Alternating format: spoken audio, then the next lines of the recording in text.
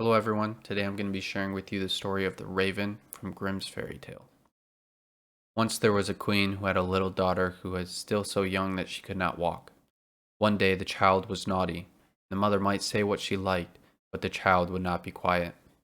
Then the queen became impatient, and as the ravens were flying around the palace, she opened the window and said, "I wish you were a raven and would fly away, and then I should have some rest." As soon as she had spoken the words before the child was changed into a raven and flew from her arms out of the window. It flew into the dark forest and stayed in it a long time, and the parents heard nothing of their child. One day a man was on his way through the forest and heard the raven crying, followed the voice. When he came nearer, the bird said, "I am the king's daughter by birth and am bewitched, but you can set me free." "What am I to do?" asked he. She said, "Go further into the forest, and you will find a horse wherein sits an aged woman, who will offer thee meat and drink. But you must accept nothing, for if you eat or drink anything, thou wilt fall asleep, and then thou wilt not be able to deliver me.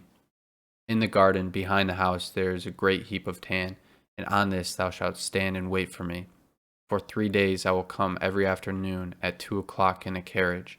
On the first day 4 white horses will be harnessed to it, then 4 chestnut horses, and lastly 4 black ones. But if thou art not awake but sleeping, I shall not be set free." The man promised to do everything that she desired, but the raven said, "Alas, I know already that thou wilt not deliver me. Thou wilt accept something from the woman." The man once more promised that he would certainly not touch anything either to eat or to drink, but when he entered the house, the old woman came to him and said, "Poor man, how faint you are! Come and refresh yourself, eat and drink." "No," said the man, "I will not eat or drink." She, however, let him have no peace, and said, "If you will not eat, take one drink out of the glass. One is nothing." Then he let himself be persuaded, and drank. Shortly before 2 o'clock in the afternoon, he went into the garden to the tan heap to wait for the raven. As he was standing there, his weariness all at once became so great that he could not struggle against it, and lay down for a short time, but he was determined not to go to sleep. Hardly, however, had he lain down than his eyes closed of their own accord, and he fell asleep and slept so soundly that nothing in the world could have aroused him. At 2 o'clock the raven came driving up with 4 white horses, but she had already in deep grief, and said, "I know he is asleep." And when she came to the garden, he was indeed lying there, asleep on the heap of tan.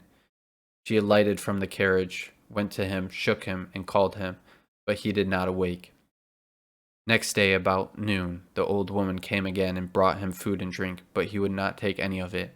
But she let him have no rest, and persuaded him until at length he again took one drink out of the glass. Towards 2 o'clock he went into the garden to the tan heap, and to wait for the raven, but all at once felt such a great weariness that his limbs would no longer support him. He could not stand upright, and was forced to lie down, and fell into a heavy sleep. When the raven drove up with the 4 brown horses, she was already full of grief, and said, "I know he is asleep." She went to him, but there he lay sleeping, and there was nothing to wake him. Next day the woman asked what was the meaning of this. He was neither eating nor drinking anything. Did he want to die? He replied, "I am not allowed to eat or drink, and will not do so." He, however, set a dish with meat and a glass with wine before him, and when he smelt it he could not resist, and swallowed a deep draught. When the time came, he went out to the garden to the heap of tan, and waited for the king's daughter, but he became still more weary than on the day before, and lay down and slept as soundly as if he had been stone. At 2 o'clock the raven came with 4 black horses, and the coachman and everything else was black. He was already in the deepest grief, and said, "I know that he is asleep and cannot deliver me." When she came to him, there he was lying fast asleep. She shook him and called him, but she could not awaken him. Then she laid a loaf beside him, and after that a piece of meat, and thirdly a bottle of wine, and he might consume as much of all of them as he liked, but they would never grow less. After this she took a gold ring from her finger and put it on his, and her name was graven on it. Lastly she laid a letter beside him wherein was written that she had given him, and that none of the things would ever grow less, and in it also written, I see right well that thou wilt never be able to deliver me here. But if thou art still willing to deliver me, come to the golden castle of Stromberg. It lies in thy power, and that I am certain. And when she had given him all of these things, she seated herself in her carriage and drove to the golden castle of Stromberg. When the man awoke, he saw that he had slept, and he was sad at heart. He said, "She has certainly driven by, and I have not set her free." Then he perceived the things which were lying beside him, and read the letter wherein was written how everything had happened. So he arose and went away, intending to go to the golden castle of Stromberg, but he did not know where it was. After he had walked about the world for a long time, he entered into a dark forest and walked for 14 days without stopping, and still could not find his way out. Then it was once more evening, and he was so tired that he lay down in the thicket and fell asleep. The next day he went onwards, and in the evening he was again about to lie down beneath some bushes. He heard such a howling and crying that he could not go to sleep. And then the time came when people light the candles. He saw one glimmering, and arose and went towards it. Then he came to a house which seemed very small, for in front of it a great giant was standing. He thought to himself, "If I go in, the giant sees me, and it will very likely cost me my life." At length he ventured to it and went in. When the giant saw him, he said, "It is well that thou came, for it is long since I have eaten. I will at once eat thee for my supper." The man replied, "I'd rather thou would leave me alone." Said the man, "I do not like to be eaten, but if thou hast a desire to eat, I have quite enough here to satisfy thee." "If that be true," said the giant, "thou may be easy, and I was only going to devour thee because I had nothing else." Then they went and sat down to the table, and the man took over the bread, wine, and meat, which would never come to an end. "This pleases me well," said the giant, and ate to his heart's content. Then the man said to him, "Can thou tell me where the golden castle of Stromberg is?" The giant said, "I will look in my map. All the towns, villages, and houses are to be found in it." He brought out the map which he had in the room and looked for the castle, but it was not to be found. "It's no matter," said he. "I have some still larger maps in my cupboard upstairs, and we will look in them."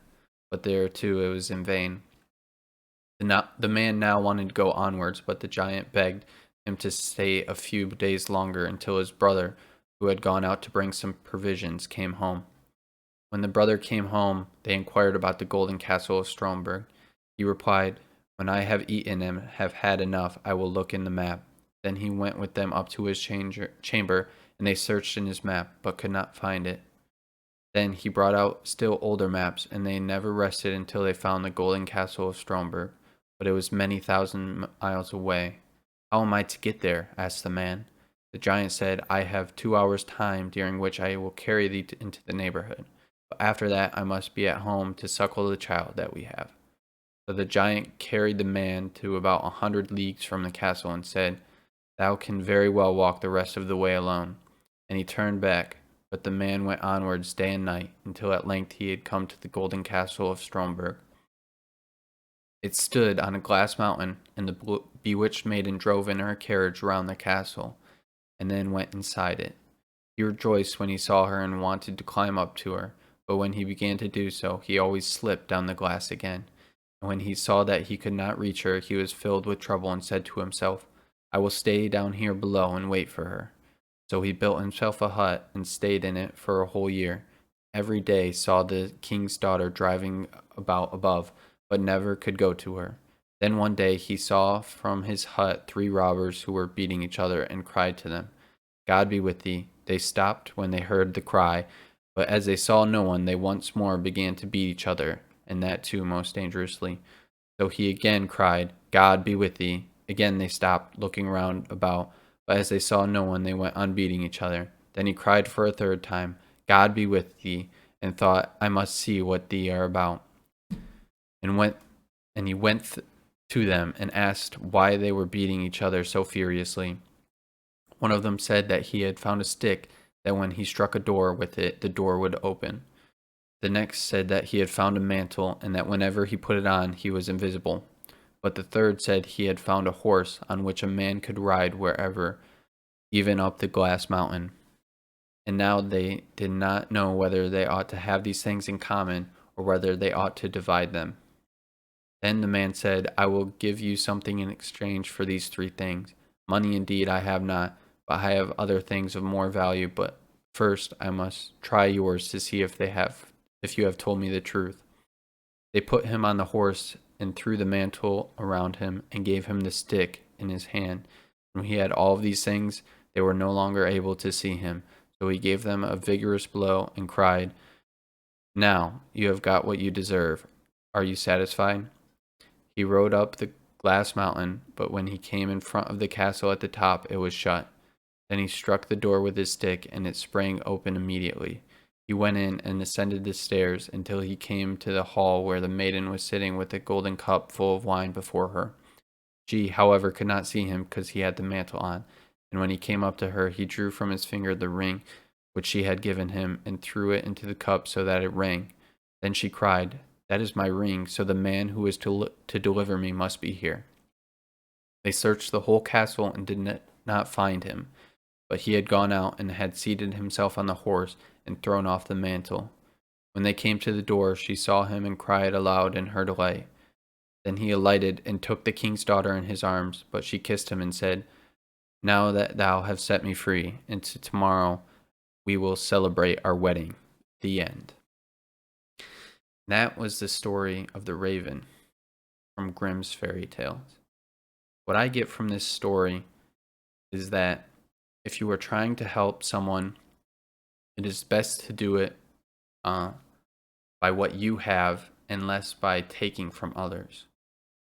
I get this from the story because when the man is trying to help the princess set her free and he goes to the house of the old woman, he takes her food and drink, and therefore he is unable to help and save the princess.